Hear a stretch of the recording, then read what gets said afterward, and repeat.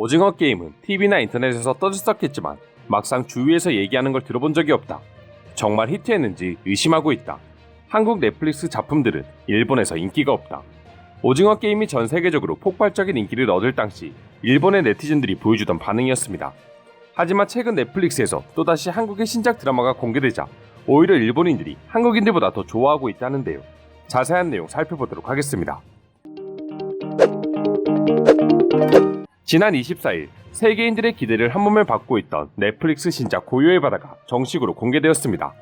공개되자마자 넷플릭스 TV쇼 부문 전세계 4위를 차지하며 순조로운 출발을 보여주고 있는데요. 한 가지 재미있는 점은 넷플릭스의 고요의 바다가 공개되기 시작하자마자 점유율 1위를 차지한 나라가 바로 일본이었다는 점입니다. 한국인들이야 평소에도 기대하고 있던 작품이니 1위를 하는 것이 당연할 수도 있지만 한국을 그토록 싫어하는 일본에서 1위를 했다는 점은 상당히 중요한 의미를 담고 있는데요. 한국을 혐오하던 나라에서조차 1위를 달릴 만큼 한국의 콘텐츠가 세계적으로 엄청난 영향력을 끼치고 있다는 점을 반증하고 있기 때문이라고 할 수 있습니다. 공개된 영상에 달린 댓글들을 살펴보면 일본 네티즌들이 얼마나 한국의 콘텐츠 산업을 부러워하며 동시에 자신들의 콘텐츠를 부끄러워하고 있는지를 확인할 수 있었습니다. 일본 네티즌들은 고요의 바다를 시청한 후 이제 한국의 드라마와 영화를 일본은 따라잡을 생각조차 할 수 없게 되었습니다. 다른 일본 작품들보다 고요의 바다가 압도적으로 재미있습니다. 한국 작품 중에 SF물은 처음 본다. 그렇지만 퀄리티는 여전히 높네요. 일본의 작품들도 열심히 배웠으면 합니다 등의 반응을 보여주고 있었습니다. 일본인들이 이렇게 한국을 부러워하는 것은 한국의 문화 산업이 워낙 발전된 것도 있지만 한국이 발전한 시간 동안 아무것도 하지 못했던 일본의 무능함 역시 포함되어 있습니다. 실제로 일본 콘텐츠 시장에서 드라마나 영화가 차지하는 비율은 아주 미미한 수준에 불과합니다. 그나마 소요가 있는 것은 애니메이션 뿐이었죠. 이러한 경향은 해외에 수출하는 콘텐츠만 그런 것이 아니라 일본 국내에서 소비되는 콘텐츠의 경우에도 애니메이션의 비중이 거의 대부분을 차지하고 있답니다. 심지어 전체 흥행 수입의 60%를 귀멸의 칼날이라는 애니메이션 하나가 차지할 정도로 일본의 콘텐츠들은 다양한 한국 작품과 비교했을 때 빈약하기 짝이 없는 것이죠. 그래도 애니메이션이 이만큼이나 인기가 있다면 적어도 애니메이션을 바탕으로 만들어진 실사 영화나 드라마는 원작과 같이 인기가 있어야 합니다만 아이러니하게도 그다지 큰 인기를 끌지 못하고 있답니다. 오히려 망작이라는 불명예만 얻고 있다는데요. 그럼 도대체 한국과 일본의 영상 산업이 이렇게나 격차가 벌어지게 된 이유는 무엇일까요? 여러 가지 이유가 복합적으로 작용하고 있겠지만 그중 가장 큰 비중을 차지하고 있는 건 바로 낙후된 시스템이라고 할 수 있습니다. 일본에서는 드라마 제작 시 방송국이 대부분을 기획한 다음 제작을 외주하는 형식을 취하고 있습니다. 그리고 이와 같이 방송국이 주도하는 시스템은 무려 50년이 넘도록 바뀌지 않고 있죠. 반면에 한국의 경우 스튜디오 시스템이 발달되어 있어 제작사가 기획에서 제작 유통까지 담당하는 형식으로 운영되고 있습니다. 그렇기에 철저하게 작가 중심, 스토리 중심으로 기획이 가능하고 이로 인해 최신 트렌드를 반영한 콘텐츠를 만들어낼 수 있었습니다. 때문에 한국은 내수 시장에서 좋은 성과를 보여주는 것은 물론이고 이젠 그 영향력이 전 세계로 퍼져나가고 있는 것이죠. 반면 방송국 중심의 일본 시장의 경우 국내 시장 중심으로 안정적인 로우 리스크 콘텐츠를 만들기 급급합니다. 결국 지금 인기 있는 배우, 시청률을 뽑을 수 있는 배우를 중심으로만 드라마를 제작하고 있는 것이죠. 그러다 보니 일본의 드라마는 스토리가 돋보이는 콘텐츠가 아니라 배우가 돋보이는 광고주의 상품이 돋보이는 콘텐츠만을 찍어내고 있어 작품성이라고는 찾아볼 수가 없으니 당연히 일본인들은 물론 전 세계 시청자들에게도 외면받을 수밖에 없는 현실인 것입니다. 이처럼 한국은 세월의 변화에 따라 트렌드에 발맞춰 발전하고 있는 반면 일본은 여전히 제자리 걸음이다 보니 일본인들조차 한국 드라마 신작이 공개되기만을 기다리고 있는 것이죠. 불과 몇 년 전만 하더라도 한국 영화나 드라마가 세계적인 인기를 얻게 되면 대부분의 한국 작품들은 일본의 것을 모방한 것일 뿐이라고 주장하는 일본인들이 이제는 일본 작품보다 한국 작품에 열광하고 있으니 현재 일본의 영상 시장이 얼마나 매력이 없는지를 알 수 있을 것 같습니다. 그럼 지금부터 고요의 바다가 일본에 공개되자 일본인들은 어떤 반응을 보여주고 있는지 더욱 자세히 살펴보도록 하겠습니다. 한국은 지금도 쭉 멋진 드라마를 만들고 있구나. 고요의 바다는 매우 재밌었고 좋아하는 한국 배우들 뿐이기에 나에게 있어서는 뛰어난 연기력을 가진 초호화 캐스팅이었다.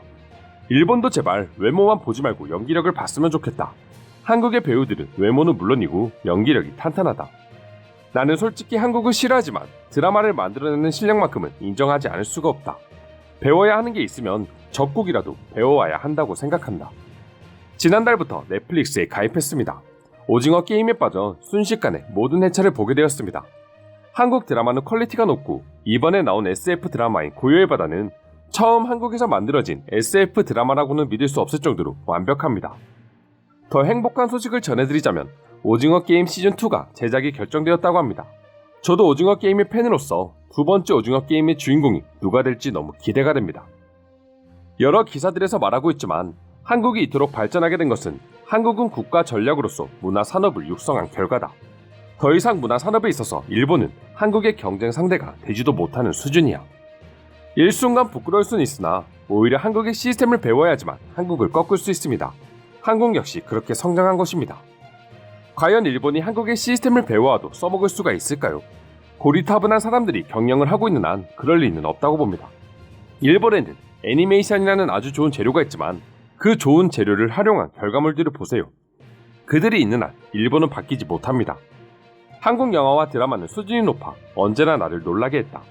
그나마 약한 부분이 SF물이었는데 고요의 바다로 이것까지 극복했다. 이제 한국 시장은 할리우드를 뛰어넘은 게 아닌가 싶은 생각마저 들어. 한국 감독들의 실력이 넷플릭스를 만나 빛을 발하는 것 같습니다. 원래도 잘했는데 하고 싶은 대로 하니 더 많은 명작들이 나오는 느낌이랄까요. 고요의 바다는 그 정점을 찍었습니다. 일본 영화와 너무 비교가 돼서 슬프네요. 같은 SF물인데 수준 차이가 너무 납니다. 한국의 반이라도 따라갔으면 좋겠습니다. 일본 제작자들은 고요의 바다를 보고도 느끼는 게 없는 것일까요? 한 번에 다 보고야 말았습니다. 밤은 지새워서 너무 힘드네요. 이 드라마의 미스터리함이 시간 가는 줄 모르도록 만들어버렸습니다. 처음에는 전개가 느리다고 생각했는데 10분 정도 보고 나서는 바로 빨려 들어갔습니다. 이렇게 한국은 또다시 걸작들을 만들어내 내 지갑을 텅텅 비우게 만드는구나. 정말 재밌었습니다. 특히나 출연진들이 제가 재밌게 봤던 드라마의 주인공들이라 예고편을 볼 때부터 기대했는데 기대 이상이었습니다. 이제 한국 영화는 개봉하자마자 무조건 1위는 찍고 시작하는 것 같아요. 믿고 보는 한국산 드라마입니다. 다음에는 한국에서 또 어떤 명작들을 만들어낼지 벌써부터 기대가 되네요. 한국 사람들은 어떻게 이렇게 적은 예산으로 재밌게 만들어낼 수 있는 것일까? 수많은 할리우드 작품들은 엄청난 예산을 퍼부어대도 망해버리는 경우가 많다. 그 옛날 괴물이나 이번의 기생충처럼 한국은 적은 예산을 탄탄한 스토리로 극복해 나가는 것 같다. 고요의 바다 역시 한정된 예산과 어려운 조건 속에서도 우주라는 그림을 멋지게 그려냈다. 한국은 국가 전략으로서 영상이나 음악기를 지원하고 이를 통해 상업적 성공을 거두고 있는 것 같네요. 그러나 국가가 표현의 자유와 개인의 기호에 개입하게 됨으로써 닥치는 위험도 높아질 것입니다. 역시 한국 드라마는 한국 배우들이 나오는 것으로 봐야 재밌다. 일본의 한국 드라마 리메이크 작품들은 연기력이나 연출 면에서 형편이 없어서 몰입이 되지 않는다. 혹시라도 고유의 바다를 리메이크한다면 여주인공은 그대로 베두나를 썼으면 좋겠다. 베두나 배우는 일본어도 아주 잘하니까 말이다. 저도 베두나 배우 때문에 고요의 바다를 보게 되었습니다. 한국에서 이런 수준급 연기를 지닌 배우들이 이제야 꽃피우는 것 같습니다. 정말 좋은 작품이었고 좋은 배우들이었으며 좋은 연출이었습니다. 이상으로 한국 넷플릭스 드라마 고요의 바다에 대한 일본말을 소개해드렸습니다. 오늘도 끝까지 영상 시청해주셔서 감사드리며 여러분들의 구독과 좋아요는 영상 제작에 큰 힘이 됩니다. 이상 종크TV였습니다.